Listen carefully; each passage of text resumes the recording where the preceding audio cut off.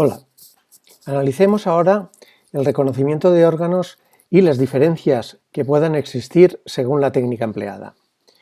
Como viene siendo de costumbre en este tema, vamos a establecer en primer lugar estas características en aquellas técnicas que utilizan rayos X.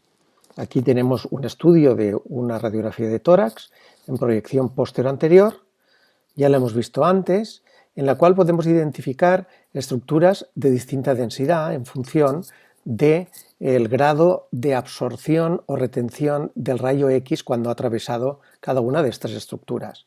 Ya decíamos que radiológicamente distinguíamos varias densidades, la densidad aire, que en este caso sería la del pulmón, y la que podemos encontrar dentro del tubo digestivo. Después la densidad grasa, que está justo debajo de la piel, que sería esta de aquí.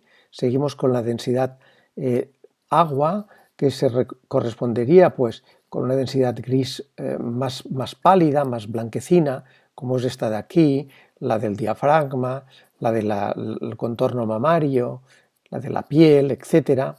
Y luego ya tendríamos las estructuras mucho más brillantes, que sería la densidad calcio o la densidad hueso, que la podemos observar aquí en las clavículas, en las escápulas, etc. Por tanto, como vemos, dependiendo de la densidad de cada estructura anatómica, la retención o absorción del rayo X que la atraviesa será mayor o menor. Podemos hablar de estructuras que son más radiotransparentes, como por ejemplo las menos densas, dejan pasar más la radiación X, como los pulmones, y aquellas que son menos radiotransparentes, que las vamos a llamar estructuras radioopacas, porque detienen mayor cantidad de radiación, como son los huesos. Y entre una densidad y la otra hay una gradación muy importante de estructuras de distinta densidad que nos darían los distintos tonos de gris de la radiografía. Es importante mencionar que en la radiología convencional obtenemos una imagen en dos dimensiones, es decir, obtenemos una anchura y una altura, en la cual vienen representadas estructuras que normalmente ocupan un espacio tridimensional. Y por tanto aquí se van a producir superposición de muchas estructuras, lo cual puede hacer difícil discernir tanto elementos normales como elementos patológicos. Es uno de los inconvenientes de la radiología convencional. Si pasamos al TAC o a la tomografía computerizada, observamos que, lógicamente, el primer cambio se produce porque presenta imágenes en cortes, fundamentalmente en cortes axiales, como es la imagen que está ahora presentada. Como veis, esto es un corte axial y hemos dicho que esta es la región ventral, esta sería la dorsal, esta sería la izquierda y esta la derecha. Esto es un corte hecho a nivel torácico porque vemos la densidad propia de los pulmones, vemos el corazón en el centro, la aorta, la densidad hueso, el canal medular de la columna vertebral, las costillas, los músculos de la pared torácica, etc. Por tanto, ya vemos que las densidades son parecidas, pero aquí parece que sean más limpias que en una radiología convencional y sobre todo aquí lo que se nos presenta es una ubicación normal y perfecta de cada una de las estructuras. Aquí no hay superposición de imágenes. Nosotros tenemos aquí un corte que puede representar 1 milímetro de espesor o 3 milímetros de espesor y vemos las estructuras que hay en esos 3 milímetros de espesor. Por tanto, digamos que el análisis es mucho más fiel con respecto a las estructuras anatómicas que nos ofrecen. Un paso adelante dentro de los estudios de tomografía computerizada es la aplicación de procedimientos informáticos para obtener imágenes en 3 dimensiones. Aquí, como veis, vemos la estructura del raquis lumbosacro y coxígeno con la pelvis, en la cual se analizan pues, varias lesiones, una gran fractura aquí en el hueso pubis, en el isquion e incluso en el ala del sacro izquierda. Vemos los vasos lumbopélvicos, como se bifurcan en los vasos ilíacos, y pasan a nivel de los espacios inguinales para incorporarse a los miembros inferiores.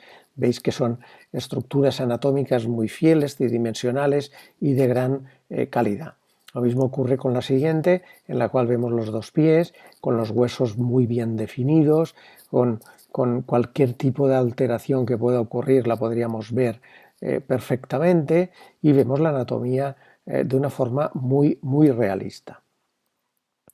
Bien, en cuanto al ATAC, ya vimos en su día el fundamento el fundamento técnico, es decir, de cómo a partir del haz de radiación que gira alrededor del paciente e incide esa radiación después de atravesar el paciente sobre detectores, obtenemos una imagen diagnóstica de un corte axial del paciente.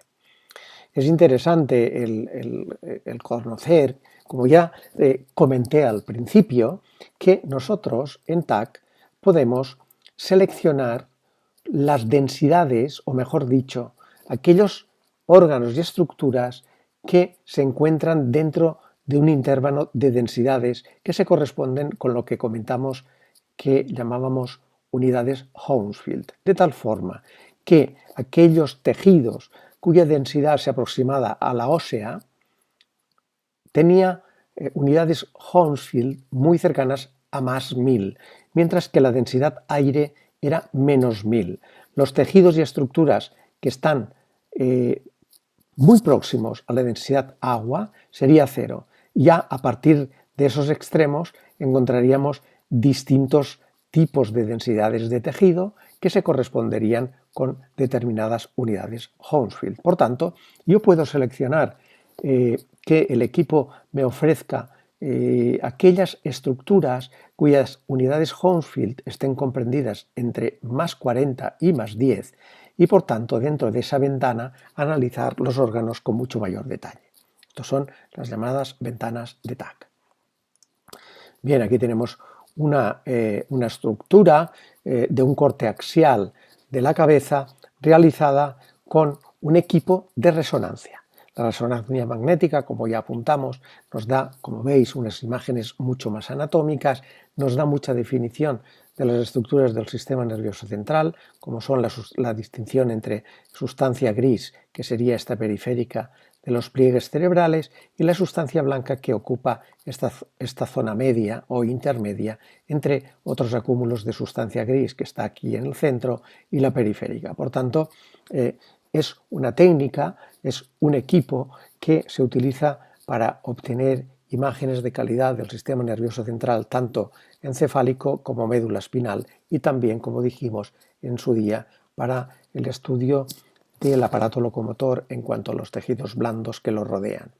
Esto sería dos tipos de estudio utilizando un equipo de resonancia. Son, como veis, dos cortes sagitales. Esto sería un estudio potenciado en un tiempo de relajación T1 y esto un tiempo de relajación T2. Y en vuestro cuaderno tenéis el aspecto que ofrecen las imágenes de resonancia según apliquemos un T1 o un T2. Como veis, el aspecto de los tejidos analizados varía, y esto se debe a que se ha obtenido la información procedente de los protones de los tejidos en tiempos distintos.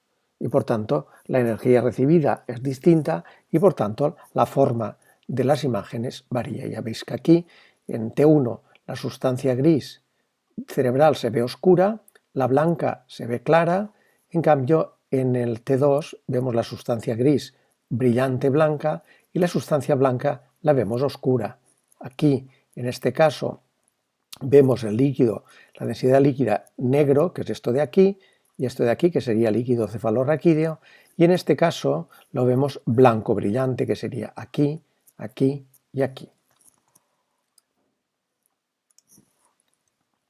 Bien, si seguimos, básicamente en los estudios de resonancia se aplican en todos los estudios tres parámetros, o mejor dicho, tres secuencias de estudio. Una sería la T1, es decir, lo que hemos visto antes tiempo de relajación 1, el T2, que sería tiempo de relajación 2, y luego tendríamos la densidad protónica.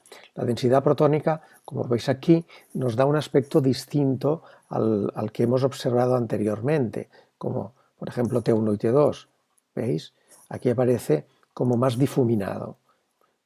La densidad protónica lo que nos está dando es una información relativa de la cantidad de protones que tiene cada uno de los tejidos.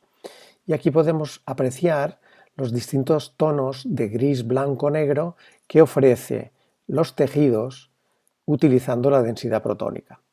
En la siguiente imagen aparecen las propiedades que tiene y las densidades de tonos de gris que ofrece la resonancia cuando utilizamos el contraste en tiempos T1, en tiempos de relajación o secuencia T1. Y también ocurre lo mismo cuando utilizamos secuencias T2, como veis. Vemos la imagen como nos da y vemos los distintos tonos correspondientes a cada uno de los tejidos.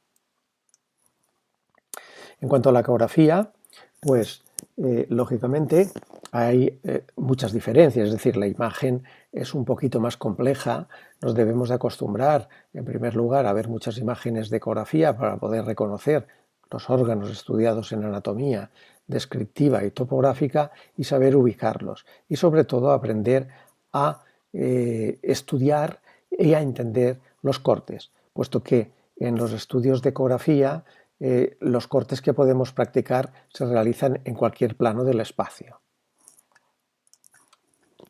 Aquí estamos observando los órganos anatómicos vistos por la región posterior, sería una vista posterior-anterior, tenemos los dos riñones, este sería el derecho y el izquierdo, las glándulas suprarrenales, el esófago que se dirige al estómago, que lo tenemos aquí, justo por delante de los dos riñones tenemos el páncreas con el cuerpo, perdón, con la cabeza, el cuerpo y la cola que se dirige en busca del bazo, el hígado por delante, el colon ascendente, el transverso lo tenemos aquí, el descendente y las asas del intestino delgado replegadas en el centro.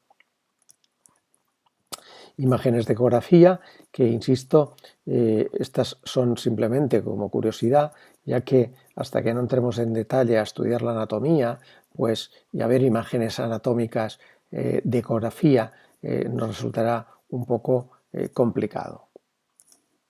Y con esto terminamos este apartado que habla sobre las diferencias que podemos encontrar en las imágenes según la técnica utilizada.